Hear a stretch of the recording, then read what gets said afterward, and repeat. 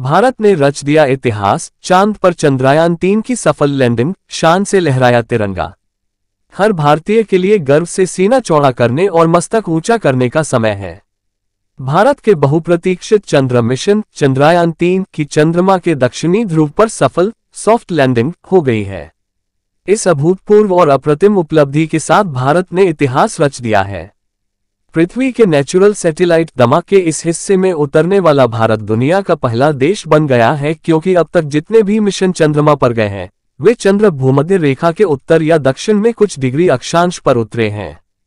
ब्रह्मांड के इस हिस्से में भारत का परचम लहराने से वैज्ञानिकों ही नहीं, देश भर की आम जनता के बीच भी भारी उत्साह देखा जा रहा है और सॉफ्ट लैंडिंग से वाकिफ हर भारतीय का चेहरा खुशी से दमक रहा है।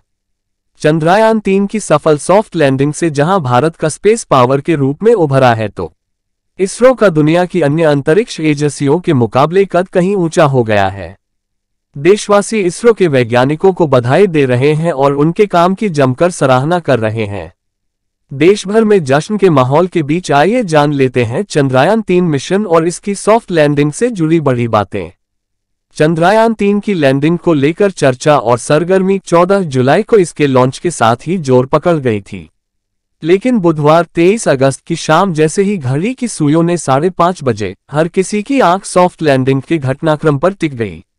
अत्यधिक रोमांच से भरे इस क्षण में आम इंसान के दिल भी उतनी जोर से धड़के जितने की इसरो वैज्ञानिकों के, और फिर वो क्षण आया जब लैंडर विक्रम ने चंद्र सतह को छुआ और सॉफ्ट लैंडिंग पूरी हुई।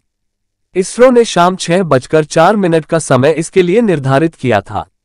योजना के अनुसार कुछ देर बाद लैंडर विक्रम की बैली से रोवर प्रज्ञान एक पैनल को रैंप के रूप में इस्तेमाल करके चंद्रमा की सतह पर उतरेगा। रोवर में पहिए और नेविगेशन कैमरे लगे हैं। ये चंद्रमा के परिवेश का इन सीटू यथास्थान विश्लेषण करेगा और जानकारी लैंडर विक्रम के साथ साझा करेगा। लैंडर विक्रम धरती पर वैज्ञानिकों से सीधे कम्युनिकेट करेगा। इस प्रकार चंद्रमा के बारे में अमूल्य जानकारी पृथ्वी पर हम तक आ सकेगी।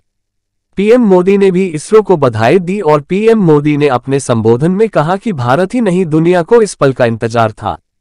आज पूरा देश, हर भारतवासी इस पल का आनंद उठा रहा है। मैं इस उपलब्धि के लिए इसरो और देश के हर वैज्ञानिक को बधाई देता हूं, इसलिए क्योंकि इन्होंने इस पल के लिए वर्षों से इस पल का इंतजार किया है। मैं इस भावुकता से भरे इस पल के लिए देश के 140 करोड़ देशवासियों को भी कोटि कोटि बधाई देता हूं। हमारे वैज्ञानिकों के परिश्रम से भारत चंद्रमा के दक्षिणी ध्रुव पर पहुंचा है, जहां दुनिया का कोई भी देश नहीं पहुंच सका है।